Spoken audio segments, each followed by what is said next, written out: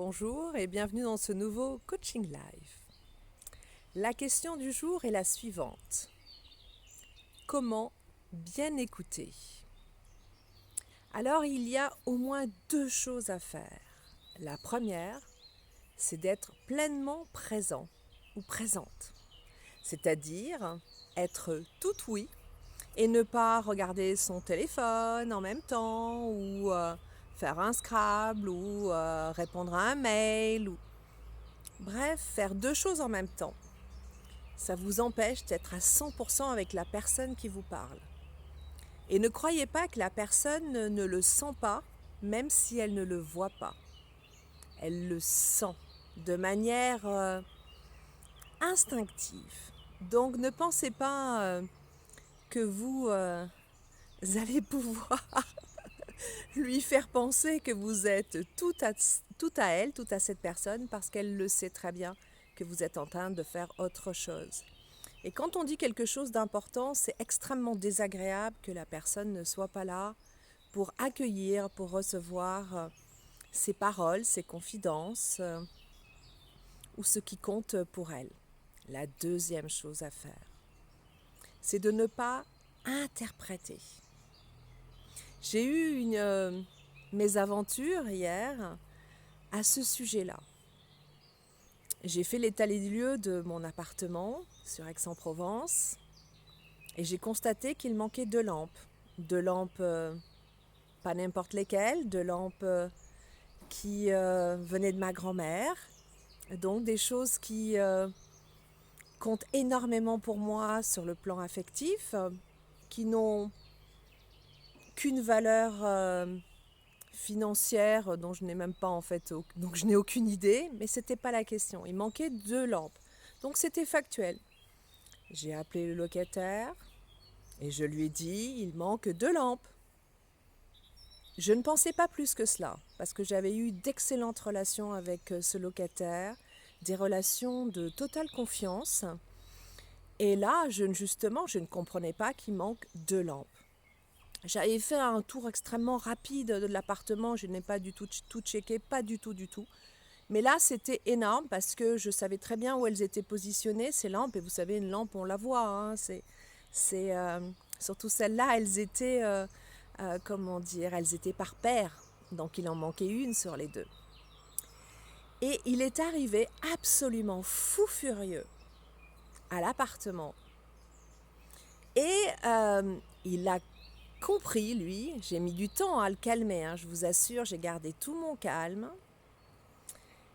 parce que je voulais que les choses se terminent positivement. 3 ans de bonnes relations, je n'aime pas quand ça se termine comme ça, en un incendie, en plus sans raison. Je posais juste la question, où sont ces lampes? Qu'est-ce qui s'est passé? Et il était absolument fou furieux. Et ce qu'il a entendu, lui, c'est que je le traitais de voleur, que je le traitais éventuellement de menteur, c'est-à-dire qu'il ne m'avait pas dit que les lampes avaient été cassées. Ce n'était pas du tout le cas pour moi. Ces idées-là n'ont même pas traversé mon esprit. Je voulais juste, factuellement, savoir ce qu'étaient devenues ces lampes. Tout ça pour dire que, en fait, en tant qu'être humain, ce qu'on fait, c'est qu'on entend quelque chose et on l'interprète en fonction de ses blessures, en fonction de ses croyances, en fonction de son vécu. Et donc on tire des conclusions hâtives, on fait des raccourcis qui n'ont pas lieu d'être. Alors vraiment, si vous voulez écouter bien, en pleine conscience quelqu'un, ne tirez pas de conclusion.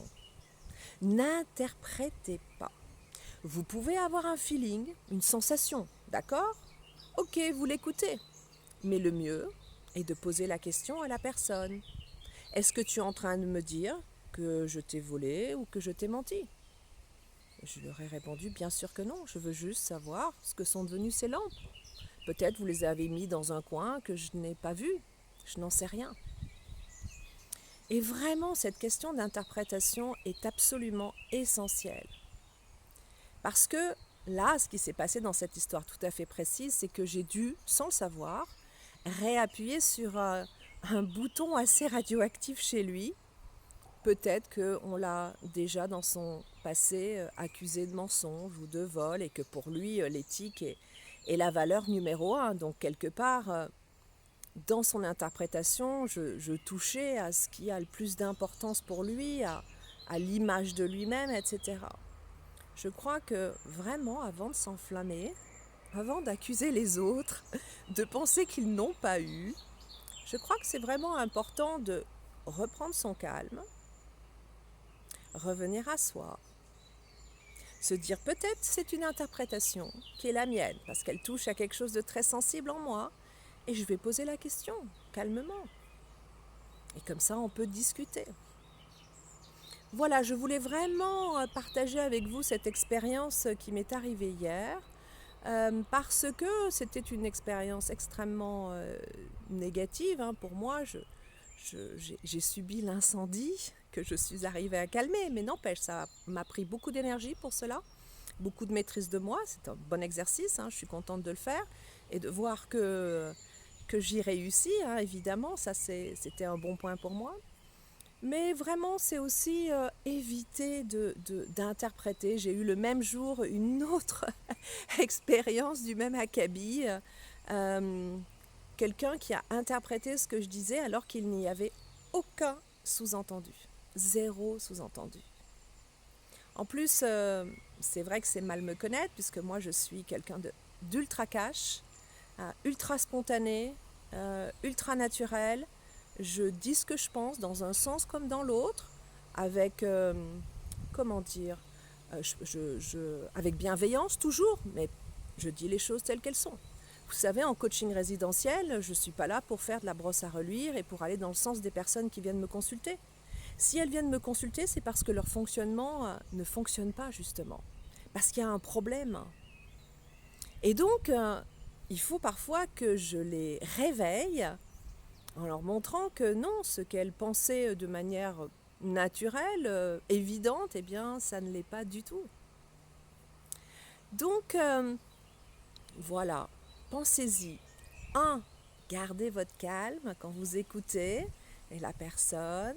Sortez votre ego de toutes ces histoires-là, sortez votre vécu personnel, venez de manière neutre, venez de manière accueillante, accueillez ce qui est dit sans venir mettre votre propre grain de sel dedans, votre propre histoire, votre propre vécu, vos propres blessures. Écoutez ce que la personne a à dire. Si c'est une attaque, répondez, bien évidemment. Mais ne prenez pas pour attaque quelque chose qui ne l'est pas. Ça fait faire un combat inutile puisqu'il n'y a pas de combat. Et l'autre chose, je voulais dire en point numéro 1, soyez totalement avec la personne. C'est tellement agréable, je pense que vous l'avez déjà vécu, tellement agréable quand quelqu'un vous entend pleinement, se met à votre disposition. Je dois dire que dans les coachings résidentiels, c'est ce que je fais. Moi, je suis là, je n'ai aucun a priori, mais vraiment aucune idée, puisque je ne sais même pas ce que je vais faire à cette personne pendant la semaine qu'elle vient me voir. Et justement, c'est parce que je n'ai aucun a priori, aucun préjugé, aucune idée déjà toute faite, que je peux accueillir cette personne à 100% dans ce qu'elle est. Parce que je peux ainsi l'écouter pleinement, sans jugement, sans a priori, sans rien. Je l'écoute, j'accueille. C'est comme si j'ouvrais mes bras. Ok, je t'entends, je te vois, tel que tu es.